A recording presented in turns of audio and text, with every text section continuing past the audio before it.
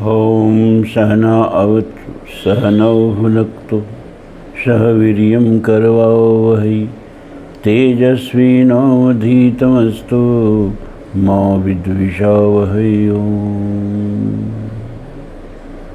श्री राम जय राम श्री राम जय राम। सत्संग प्रेमी धर्म प्राण सज्जनों, आज रविवार है और इस दिन उपनिषद पर कुछ न कुछ हम बोलते हैं। श्वेताश्वतर उपनिषद चल रहा है, अब ख़त्म ही होने वाला है। कुल 6 अध्याय हैं और 5वें अध्याय में हम लोग पहुँच चुके हैं। 14 मंत्र करीब इसमें हैं और 13-14 मंत्र और हैं। तो और वाल्मीकि रामायण का बालकांड भी अब ख़त्म ही होने वाला है, 7-8 सर्ग बचा है। क्रम से चलते रहेंगे, सब खत्म हो जाएगा। कथा के साथ साथ थोड़ा 8 उपनिषद सुन लिए आप लोग। ये 9वां उपनिषद ख़त्म होने वाला है, कम से कम इसको ख़त्म हो जाए फिर आगे देखा जाएगा। और आज समय बचेगा तो 1 अध्याय वाल्मीकि रामायण भी सुनाएंगे।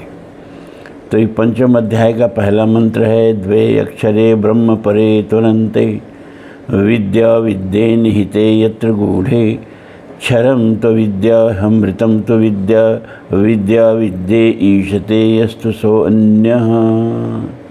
एक चीज़ बताएं कि उपनिषद पर बोलने में हमको भी परेशानी होती है। कहत कठिन समझत कठिन, लेकिन आप ही लोगों के लिए कि आप लोगों को एक आदमी को सुन रहे हैं, ये 600 से ऊपर एपिसोड अब बनने लगे। 600 ये 3रा-4था एपिसोड, और उपनिषद नहीं सुने तो फिर क्या सुने। तो आप ही लोगों के हित के लिए ये सब कर रहा हूँ मैं। द्वे अक्षरे ब्रह्म परे तु अनंत, तो अनंते का तु अनंते हो जाएगा। विद्या अविद्ये निहिते यत्र गूढ़े क्षरम तु अविद्या, इस समय पद विच्छेद करके हम पढ़ रहे हैं। ही अमृतम तो विद्या अविद्या अविद्या ईशते यस्तु सो अन्यः, यह तु सो अन्यः। कहते हैं कि यत्र माने जिस, ब्रह्म परे माने ब्रह्मा से भी श्रेष्ठ, हिरण्यगर्भ से भी श्रेष्ठ। क्योंकि उपनिषदों में ही और हिरण्यगर्भ सूत्र ऋग्वेद में भी कहा कि हिरण्यगर्भ समवत तागरे भूत से जाता पतरेक आसीत सदाधारम पृथ्वी ताम द्यामते माम कस्मये देवाय हविषा विधेम। हिरण्यगर्भ समवर्त अग्रे, सबसे पहले हिरण्यगर्भ पैदा हुए। लेकिन वो पैदा हुए ना, और परमात्मा तो अविनाशी है, पैदा नहीं होता है। तो जो हिरण्यगर्भ को भी पैदा करता है, हिरण्यगर्भ को भी पैदा होते हुए देखता है, हैं? और जो असीम है, हैं? और अक्षरी माने परम अक्षर परमात्मा में, उस अविनाशी परमात्मा में विद्या विद्ये, विद्या और विद्या ये दोनों निहित हैं। आगे इसकी व्याख्या करेंगे, अभी शब्दार्थ देख लीजिए कि द्वे अक्षरे ब्रह्म परे तु अनंते विद्या विद्ये निहिते यत्र गूढ़े। ब्रह्म परे माने हिरण्यगर्भ से भी जो पहले, माने जो अनादि हैं, अनंत हैं परमात्मा हैं, और उनमें विद्या और अविद्या ये दोनों जिनमें निहित हैं। क्षरम यानी विद्या कौन है और अविद्या कौन है, तो कह रहे हैं जो क्षरम है, मतलब यहाँ क्षर तो कुछ नहीं है भैया। देखो, एकदम से विनष्ट कुछ नहीं होता है, रूप बदलता जाता है। जो भी है वो ऊर्जा है। ये जड़ भी ऊर्जा है और अव्यक्त भी ऊर्जा है, सब ऊर्जा है। आइंस्टीन ने एक सूत्र दे दिया था, E = mc²। उसने कहा कि इस सूत्र पर जड़ को भी इसी सूत्र के आधार पर परमाणु बम बने हैं। सूरज भी जड़ को ऊर्जा में बदलता है। हमें बताया ना कि 40 लाख टन प्रति सेकंड हाइड्रोजन को ऊर्जा में बदल देता है और 60 करोड़ टन वो भोजन करता है। 60 करोड़ टन सूरज जो है वह उसका प्रति सेकंड का भोजन है 60 करोड़ टन हाइड्रोजन। और भोजन करने के बाद जितना भोजन करेंगे उतना ऊर्जा तो बनती नहीं है। उस 60 करोड़ टन जो भोजन करके उसको हीलियम में बदल देता है, जैसे हम भोजन करके उसको कितने चीज़ों में बदलते हैं, मल में बदलते हैं, मांस में बदलते हैं, रक्त में बदलते हैं, रुधिर में बदलते हैं, उसी तरह 60 करोड़ टन प्रति सेकंड भोजन करके सूरज उसको हीलियम में बदलता है। और उसका जो उसमें से ऊर्जा जो पैदा होती है वो करीब करीब 40 लाख टन प्रति सेकंड का द्रव्यमान ऊर्जा में बदल जाता है। और वही ऊर्जा प्रकाश और ताप के रूप में पूरा सौरमंडल में फैलता है। उसका 1/2 अरबवां भाग पृथ्वी पर आता है। तो द्वे अक्षरे ब्रह्म परे तुनंते विद्या विद्ये निहिते यत्र गूढ़े। यत्र माने जिस, ब्रह्म परे माने हिरण्य गर्भ से भी श्रेष्ठ, गूढ़े माने छिपे हुए, अनंत माने असीम। छिपे हुए का मतलब ईश्वर प्रकट नहीं है। लोग कहते ईश्वर दिखाई क्यों नहीं देता है। अरे आप ये नहीं सोचते हो कि आपके देखने की क्षमता कितनी कम है? आप प्रकाश के केवल एक जो 7 वर्णक्रम हैं, बैगनी, नीला, आसमानी, पीला, हरा, नारंगी, लाल, बैगनी या पिनारा, बस उन्हीं के वेवलेंथ की किरणों को देखते हैं। ये 7 रंग नहीं सूरज में होते हैं, ये भी बात जान लीजिए। ये जो हमने कहा बैगनी, नीला, आसमानी, हरा, पीला, नारंगी, लाल, ये सचमुच रंग नहीं है सूरज की किरणों में। ये केवल वेवलेंथ, अलग अलग वेवलेंथ हैं, अलग अलग वेवलेंथ हैं। वेवलेंथ का मतलब जैसे तरंग चलेगी ना, लहर लहर लहर देखे हो ना पानी का, तो लहर उठती है गिरती है, उठती है गिरती है। तो एक लहर उठी गिरी फिर उठी, तो एक उठान से दूसरे उठान की दूरी को वेवलेंथ कहेंगे। ठीक है, तो अलग अलग वेवलेंथ की किरणें हैं। इसमें रंग होंगे कुछ नहीं है, लाल, पीला, हरा, नीला, नारंगी, कुछ नहीं। तो हमारी इंद्रियों को आदत पड़ गई है एक खास वेवलेंथ की किरणों को एक खास रंग में देखने की। बात समझिए। वही जो रंग हमको लाल दिखाई देता है वही अन्य प्राणियों को लाल नहीं दिखाई देता है। कितने प्राणियों को कुछ नहीं, रंग दिखाई नहीं देता है, वर्णांधता होती है, सब कुछ सफ़ेद ही दिखाई देता है। कितने प्राणियों को किसी खास रंग को नहीं पकड़ पाते हैं। मतलब रंग जो है वो आपके अनुभूति में है। और यही विज्ञान समझ भी नहीं पाता है आज तक कि क्यों कोई किरण का वेवलेंथ हमको लाल दिखाई देता है और वह कुत्ते को दूसरे रंग का दिखाई देता है और किसी अन्य पशु को दूसरे रंग का दिखाई देता है। ऐसा क्यों होता है? अगर रंग भौतिकता में निहित है तो सबको उसी रंग का दिखाई देना चाहिए, लेकिन वो रंग हमारे में निहित है। तो हमारे में निहित है तो कौन सी चीज़ है जो हमको अलग दिखाई देती है? कुत्ते को अलग दिखाई देती है, अन्य पशुओं को अलग दिखाई देती है। तो अब एक जैसे बैगनी, नीला, पीला, आसमानी, हरा, नारंगी, लाल हो गया ना। अब लाल के पार जो किसको कहते हैं? इंफ्रारेड, उन किरणों को हैं। और बैगनी से नीचे किरणों कहते हैं अल्ट्रा वायलेट रेड। बात समझिए, बैगनी रंग की जो किरण होती है उसका वेवलेंथ बहुत कम होगा और रेड किरण का वेवलेंथ बहुत ज़्यादा होता है। इसीलिए रेड रंग वाली किरण, रंग हमारे में होता है, उसमें नहीं होता है। सब विज्ञान की बातें समझिए आप। तो वो किरण दूर तक जाती है, इसीलिए दूर की वस्तु हमको लाल दिखाई देती है। सूरज जब उगता है सुबह तो हमको लाल क्यों दिखाई देता है? क्योंकि हमसे बहुत दूर होता है।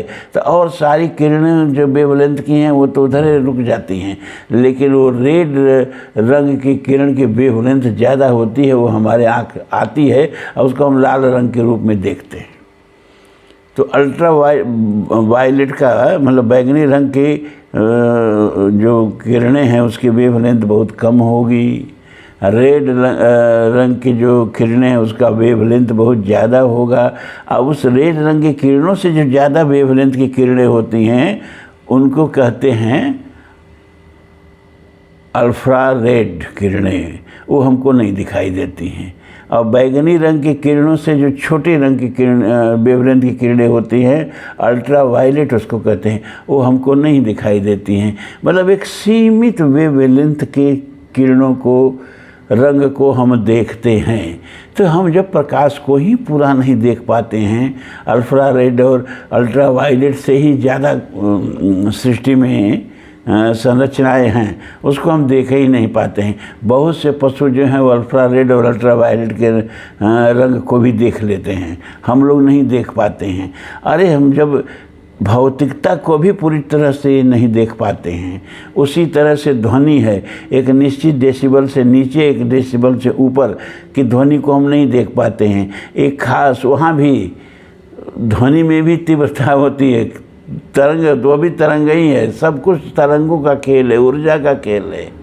एक निश्चित वेवलेंथ से नीचे की और ऊपर की ध्वनियों को हमने फ्रीक्वेंसी वहाँ नापी जाती है ना। एक सेकंड में कितनी बार कंपन करता है उससे ध्वनि की फ्रीक्वेंसी नापी जाती है। तो एक निश्चित फ्रीक्वेंसी से नीचे एक निश्चित फ्रीक्वेंसी से ऊपर की ध्वनियों को हम नहीं सुन पाते हैं। कुत्ते आदि हमसे बहुत ज़्यादा सुन लेते हैं। तो हमारी देखने की क्षमता इतनी है कि जो देखने लायक चीज़ें हैं उनको हम नहीं देख पाते हैं, और हमको जिद है कि हम उसको देखेंगे, परमेश्वर को, जो कि दृश्यमान 5% में ही सारा दृश्यमान ब्रह्मांड है, और जो भी 95% अदृश्य है, इसका उसका सबका जो मालिक है उसको हम काहे नहीं देखते हैं, जिद किए लोग बैठे हैं। देखने लायक है उसको देखने भर क्षमता हमारी इंद्रियों में नहीं है, और जो देखने लायक नहीं है उसको देखने का जिद करके बैठे। तो द्वे अक्षरे ब्रह्म परे त्वनन्ते विद्या विद्ये निहिते यत्र गूढ़े। जिस ब्रह्म से भी श्रेष्ठ छिपे हुए असीम और अक्षर परम ब्रह्म परमात्मा में, अक्षर माने इसका क्षर न हो, अविनाशी परमात्मा में विद्या और विद्या दोनों स्थित हैं। क्षरम यहाँ विनाशील जड़ वर्ग और अविद्या नाम से कहा गया है। क्षर विनाशील को अविद्या नाम से कहा गया है, और अमृतम अविनाशी वर्ग को यानी जीव समुदाय को विद्या नाम से कहा गया है। हैं जो विद्या विद्य ईशते यानी विद्या और विद्या पर शासन करता है, वह इन दोनों से भिन्न और सर्वथा विलक्षण है, वही परमात्मा है। अब इसका गीता में बहुत बढ़िया ढंग से इसको समझाया है। गीता में भगवान क्षर और अक्षर,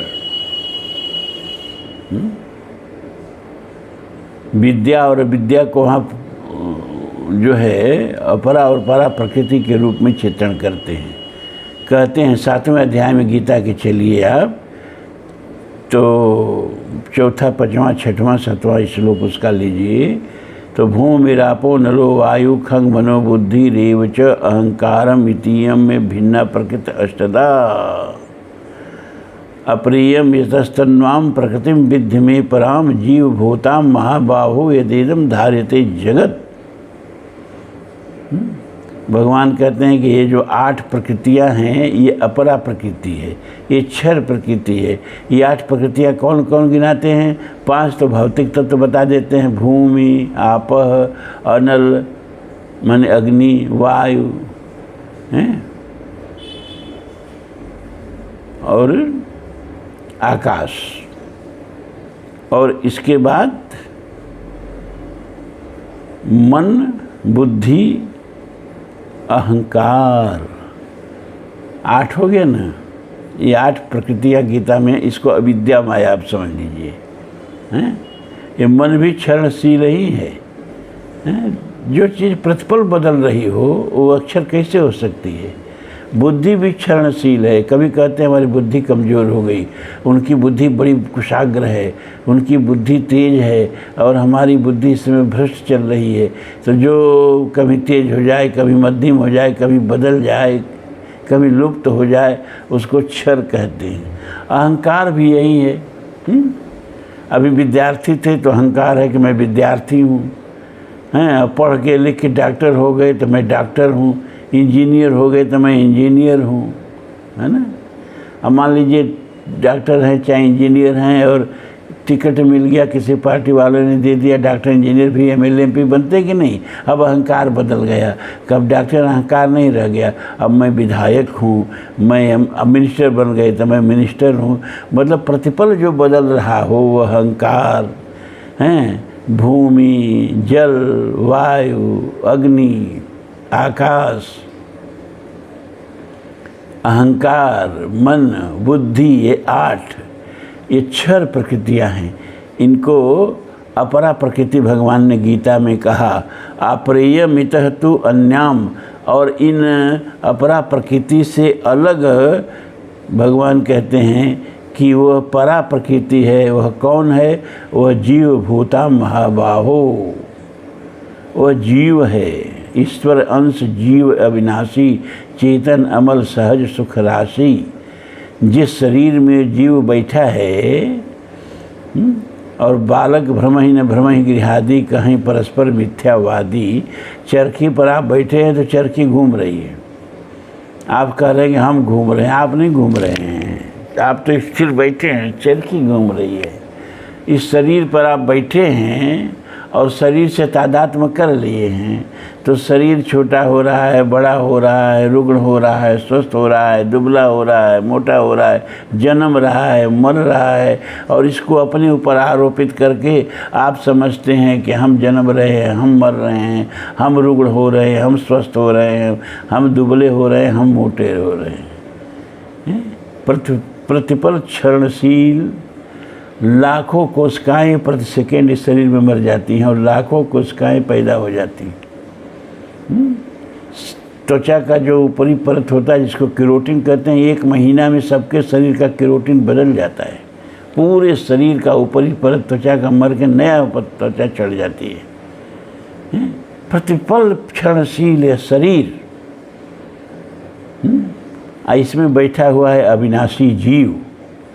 तो भगवान कहते हैं जो जीव बैठ कर के शरीर के परिवर्तन का साक्षी है वही परा प्रकृति है।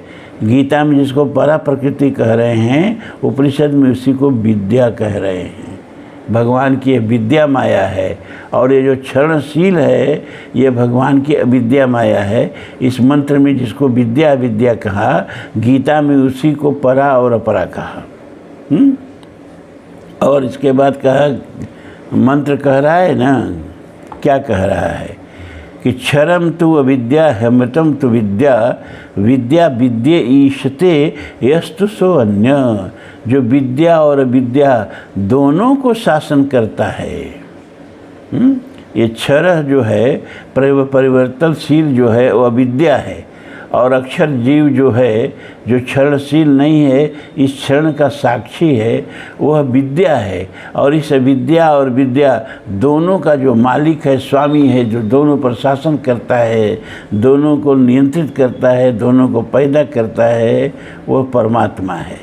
इसी बात को यहाँ गीता में भगवान कहते हैं कि एतद् योनीन भूतानि सर्वाण इतुपधारय अहम कृष्णस्य जगत प्रभो प्रलयस्तथा।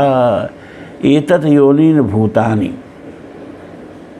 सारी प्राण मतलब भूतों का, चाहे जड़ कहो चाहे चेतन कहो, यही दोनों जो हैं योनि माने कारण हैं। इन्हीं से जड़ चेतन सब पैदा होते हैं और यही सबको धारण करते हैं।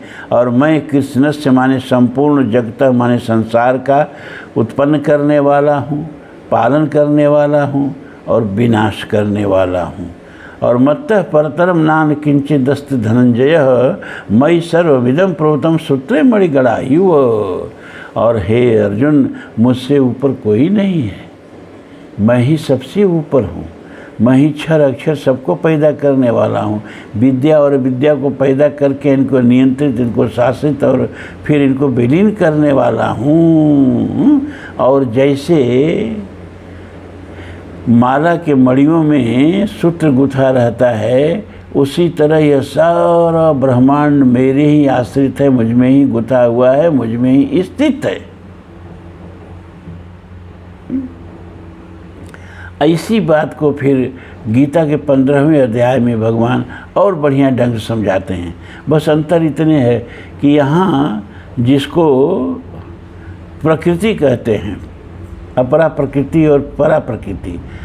अपरा प्रकृति माने क्षरणशील भौतिक समुदाय, और अपरा प्रकृति और परा प्रकृति माने अविनाशी जीव समुदाय। उसी को यहाँ दोनों को पुरुष कहा 15वें अध्याय में। कहते हैं द्वा इमो पुरुषो लोके क्षरास अक्षर एव च। दो प्रकार के पुरुष इस लोक में पाए जाते हैं, एक क्षर पुरुष, एक अक्षर पुरुष। क्षर सर्वाण भूतानि कूटस्थो अक्षर उच्यते। तो क्षर पुरुष कौन है और अक्षर पुरुष कौन है? का जितना भूत समुदाय है, अब यहाँ भूत समुदाय से भगवान का मतलब है जड़ समुदाय से। वैसे तो बहुत गहराई में जाकर के जब विवेचन करेंगे तो यहाँ जड़ कुछ है ये नहीं है। जैसे स्वर्ण से बनी हुई सारी वस्तुएं स्वर्णमय ही होती हैं, चाहे उसका केयूर बना लो, चाहे हार बना लो, चाहे कुंडल बना लो, चाहे कर्णफूल बना लो, चाहे जो भी बना लो, नाम और रूप बदल रहा है, तत्व नहीं बदल रहा है, तत्व सोना ही है। उसी तरह जब एकमात्र परमात्मा ही था और कुछ था ही नहीं, और वह इक्षतेरना शब्द ब्रह्मसूत्र में कहा गया, वह चेतन था। और उसी से जब यह जड़ और चेतन दोनों पैदा हुए, तो जब उसी से पैदा हुए तो कोई जड़ कैसे हो गया? चेतन से जड़ कैसे पैदा हो गया? बस उससे हमारा कोई संपर्क नहीं हो पाता है, इसलिए हम उसको जड़ कहते हैं। उसकी फ्रीक्वेंसी अलग है, हमारी फ्रीक्वेंसी अलग है। जैसे यहाँ आप लोग बैठे हैं, यहाँ कितनी प्रकार की फ्रीक्वेंसियाँ गूंज रही हैं, आपको पता है? अभी यहाँ टीवी लगाओ और टीवी में चैनल बदलते जाओ, तस्वीरें बदलती जाएंगी। मतलब हर तरह की तस्वीरें, हर तरह की ध्वनियाँ, रेडियो में अलग अलग स्टेशन लगाओ, अलग अलग गीत गूंजने लगेंगे। वो सब कहाँ से गूंजने लगेंगे? सब इसी जहाँ आप बैठे हैं ना, इसी वातावरण में वो सारे चैनलों के चित्र और उन सारे रेडियो के सारे ध्वनियाँ के तरंगे सब यही हैं। लेकिन आपको लग रहा है कि हाँ कुछ नहीं है। अभी टीवी ऑन करो, अभी रेडियो ऑन करो, तो आपको पता चलेगा कितनी ध्वनि गूंज रही है, कितना संगीत गूंज रहा है, सब कुछ गूंज रहा है। लेकिन जब तक आपकी ट्यून से उसको भेंट नहीं होती है, आपके लिए वो नहीं के बराबर है। समझ गए ना? तो जड़ नाम की कोई चीज़ नहीं, बस उससे हमारी ट्यूनिंग नहीं मिलती है।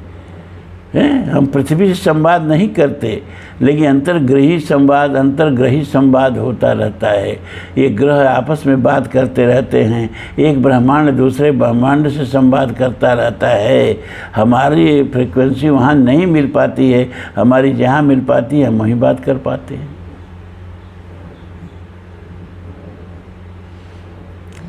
तो गीता के 15वें अध्याय में द्वा इमो पुरुषो लोके क्षर सक्षर एव च क्षर सर्वाणि भूतानि कूटस्थो अक्षर उच्यते। यही बात कह रहे हैं जो मंत्र में। फिर भगवान कह रहे हैं उत्तमं पुरुषस्त्वन्य परमात्मेति उदाहृत यो लोकत्रयम् आविश्य विवर्तव्य ईश्वर। उत्तम पुरुषस्तु अन्य, और इन सबों से क्षर अक्षर से ऊपर उत्तम पुरुष जो है वह परमात्मा इत उदाहित, उसको परमात्मा कहा जाता है, जो तीनों लोकों को आविष्य करके, तीनों लोकों को आवृत करके और तीनों लोकों का भरण पोषण करता है। उसी को ईश्वर भी कहते हैं, क्योंकि वह तीनों लोकों पर शासन करता है। तीनों लोगों को पैदा करता है, तीनों लोगों का पोषण करता है, तीनों लोगों पर शासन करता है, तीनों लोगों का विसर्जन करता है, वही उसको परमात्मा कहते हैं। यस्माक्षरम अतीतो अपि अक्षरादपि चोत्तमम अतो अस्मि लोके वेदे च प्रथितः पुरुषोत्तम। इसलिए भगवान कहते हैं, हे अर्जुन, मैं क्षर और अक्षर दोनों से उत्तम, दोनों से ऊपर हूँ और लोक में मुझे पुरुषोत्तम कहा जाता है। तो इस मंत्र का सुंदर व्याख्या इस गीता में ही दी गई है। क्या कि द्वे अक्षरे ब्रह्म परे तुनन्ते विद्या विद्ये निहिते यत्र गूढ़े क्षरम तो विद्या अमृतम च तो विद्या अविद्या विद्ये ईशते यस्तु सो अन्य।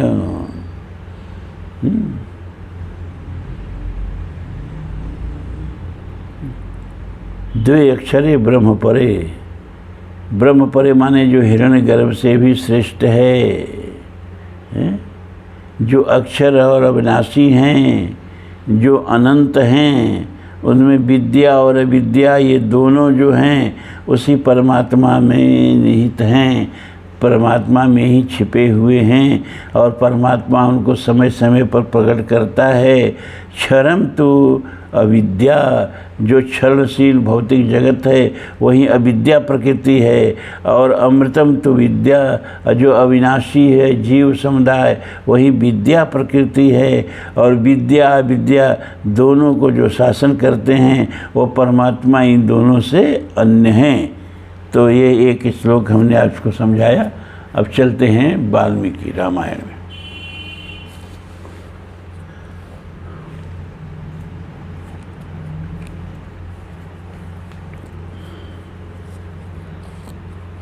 बालकांड खत्म होने ही वाला है। अब आज 69वां सर्ग शुरू कर रहे हैं, 8 और ख़त्म हो जाएगा ना। 77 सर्ग कुल बालकांड में है, 2 दिन में ख़त्म। जब चले हैं तो मंजिल मिलेगी ही, आप लोग घबराइए मत। थोड़ा थोड़ा उपनिषद ब्रह्म विद्या जानना जरूरी है। हम जहाँ समझते हैं कहत कठिन समझत कठिन साधत कठिन विवेक, है न। कहना कठिन है, समझना कठिन है। ऐसा नहीं कि एक ही श्लोक आज लिए, एक ही मंत्र लिए, उसको गीता से भी समझाए, लेकिन हम जानते हैं कि आपको 25% भी समझ में नहीं आया है। क्या करें, ये ब्रह्म विद्या है न, लेकिन बार बार सुननी, बार बार समझनी, बार बार। अब जिस चीज़ को समझने में हमने जीवन के 74 वर्ष बिता दिए, वो कैसे 74 दिन में आपको समझा दें। 69वां सर्ग 70वां नहीं 69वां। दल बल सहित राजा दशरथ की मिथिला यात्रा और वहाँ राजा जनक के द्वारा उनका स्वागत सत्कार। आज ये कई अध्याय हो पाएगा वाल्मीकि रामायण। ततो रात्र्यां व्यतीतायां सोपाध्याय स बान्धवः राजा दशरथो हृष्ट सुमंत्रम इदम अब्रवीत। तदनंतर रात्रि व्यतीत होने पर उपाध्याय और बंधु बांधवों सहित राजा दशरथ हर्ष में भरकर सुमंत्र से इस प्रकार बोले। अद्य सर्वे धनाध्यक्षा धनमादाय पुष्कलम ब्रजन्त्वग्रे सुविहिता नाना रत्नों समन्विता। आज हमारे सभी धनाध्यक्ष माने खजांची बहुत सा धन लेकर नाना प्रकार के रत्नों से संपन्न हो सबसे आगे चले। उनकी रक्षा के लिए हर तरह की सुव्यवस्था होनी चाहिए। चतुरंग बलम चापी शीघ्रम निर्यातु सर्वशः ममाज्ञा समकालम चयानम युग्म अनुत्तमम। सारी चतुरंगड़ी सेना भी यहाँ से शीघ्र ही कूच कर दे। अभी मेरी आज्ञा सुनते ही सुंदर सुंदर पालकियाँ और अच्छे अच्छे घोड़े आदि वाहन तैयार होकर चल दें।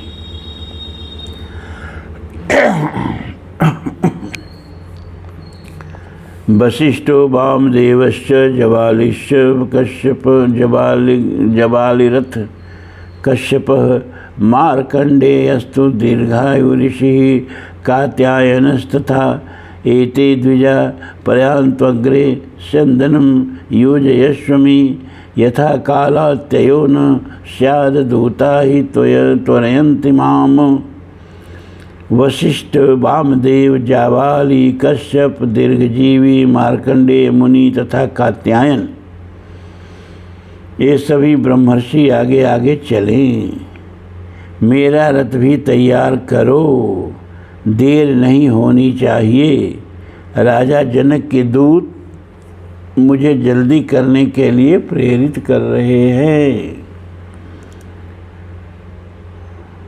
वचना च नरेन्द्रस्य सेना च चतुरंगणी राजानं ऋषिभिः सार्धं वज्रन्तं पृष्ठो अन्वयात्।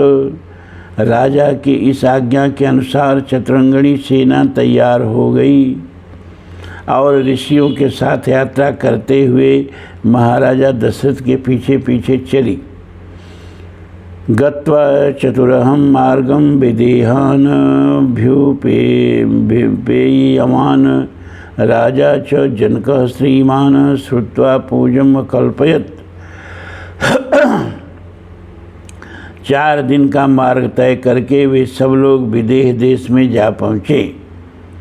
उनके आगमन का समाचार सुनकर श्रीमान राजा जनक ने स्वागत सत्कार की तैयारी की। ततो राजानमासाद्यं वृद्धं दशरथं नृपं मुदितो जनको राजा प्रहर्ष परमो ययौ। तत्पश्चात आनंदमग्न हुए राजा जनक बूढ़े महाराज दशरथ के पास पहुँचे। उनसे मिलकर उन्हें बड़ा हर्ष हुआ। उवाच वचनं श्रेष्ठो नरश्रेष्ठ मुदान्वितं स्वागतं ते नरश्रेष्ठ दृष्टया प्राप्तो असि राघव। राजाओं में श्रेष्ठ मिथिला नरेश ने आनंद मग्न हुए पुरुष प्रवर राजा दशरथ से कहा, नरश्रेष्ठ रघुनंदन, आपका स्वागत है। मेरे बड़े भाग्य जो आप यहाँ पधारे। पुत्रयोरुभयो प्रीतिम लप्य से वीर्य निर्जिताम दृष्टया प्राप्तो महातेजा वशिष्ठो भगवान ऋषि स सर्वैर्द्विजय श्रेष्ठे देवे शतक्रतुः। आप यहाँ अपने दोनों पुत्रों के प्रीति प्राप्त करेंगे जो उन्होंने अपने पराक्रम से जीतकर पाई है। महातेजस्वी भगवान वशिष्ठ मुनि ने भी हमारे सौभाग्य से ही यहाँ पदार्पण किया है। ये इन सभी श्रेष्ठ ब्राह्मणों के साथ वैसे ही शोभा पा रहे हैं जैसे देवताओं के साथ इंद्र सुशोभित होते हैं।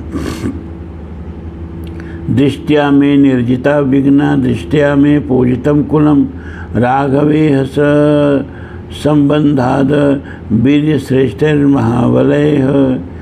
सौभाग्य से मेरी सारी विघ्न बाधाएं पराजित हो गईं। रघुकुल के महापुरुष महान बल से संपन्न और पराक्रम में सबसे श्रेष्ठ होते हैं। इस कुल के साथ संबंध होने के कारण आज मेरे कुल का सम्मान बढ़ गया।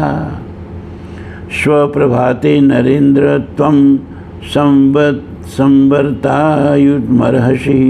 यज्ञशान्ते नरश्रेष्ठ विवाहम ऋषि सत्तमय। नरश्रेष्ठ नरेंद्र कल सवेरे इन सभी महर्षियों के साथ उपस्थित हो मेरे यज्ञ की समाप्ति के बाद आप श्री राम के विवाह का शुभ कार्य संपन्न करें।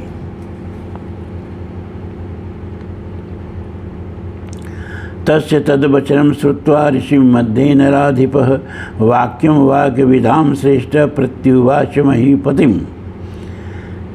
ऋषियों की मंडली में राजा जनक की यह बात सुनकर बोलने की कला जानने वाले विद्वानों में श्रेष्ठ एवं वाक्य मर्मज्ञ महाराजा दशरथ ने मिथिला नरेश को इस प्रकार उत्तर दिया। प्रतिग्रहो दातृवशः श्रुतमे तन्मया पुरा यथा वक्षसि धर्मज्ञ तथा करिष्यामहे वयम्।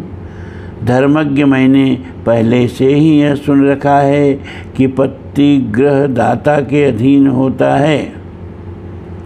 अतः आप जैसा कहेंगे हम वैसा ही करेंगे। प्रतिग्रह माने कुछ ग्रहण करने वाला, कुछ ग्रहण करने वाला माने दान लेने वाला हमेशा दाता के अधीन ही रहेगा। ये यहाँ महाराजा दशरथ जी कह रहे हैं। इसलिए आप जैसा जैसा कहेंगे हम वैसा वैसा करेंगे, क्योंकि आप कन्यादान करने वाले हैं और हम कन्यादान लेने वाले हैं। तद धर्मिष्ठम यशस्य शिष्यम च वचनम सत्यवादिनः श्रुत्वा विदेहाधिपतिं परम विस्मयामगत। सत्यवादी राजा दशरथ का वह धर्मानुकूल तथा यशोवर्धक वचन सुनकर विदेहराज जनक को बड़ा विस्मय हुआ।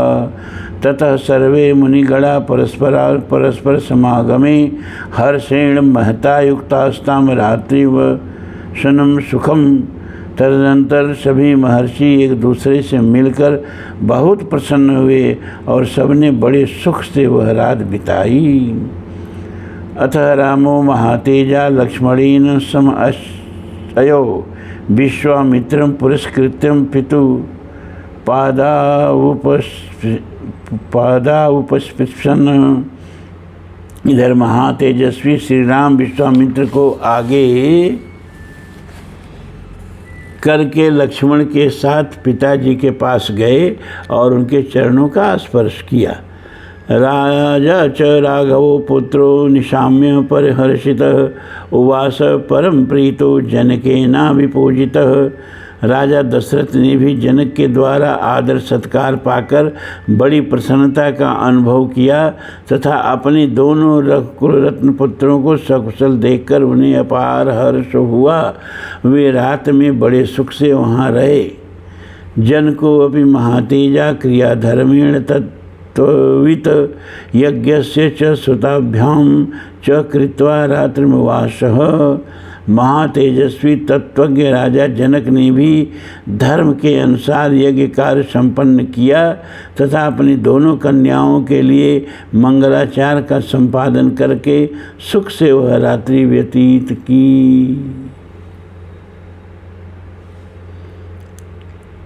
इत्यार्षे श्रीमद् रामायणे वाल्मीकि आदिकाव्ये बालकांडे 59तमः सर्ग 69वां सर्ग पूरा हुआ।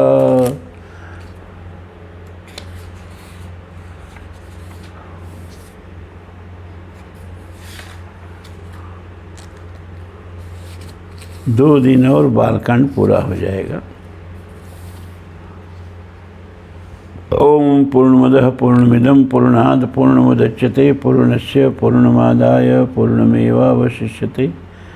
सर्वे भवन्तु सुखिनः सर्वे सन्तु निरामयाः सर्वे भद्राणि पश्यन्तु मा कश्चित् दुःखभाग् भवेत्। असदो मा सद्गमय तमसो मा ज्योतिर्गमय मृत्योर्मा अमृतं गमय। ओम शांति शांति शांति। धर्म की जय हो, अधर्म का नाश हो, प्राणियों में सद्भावना हो, विश्व का कल्याण हो। हर हर महादेव।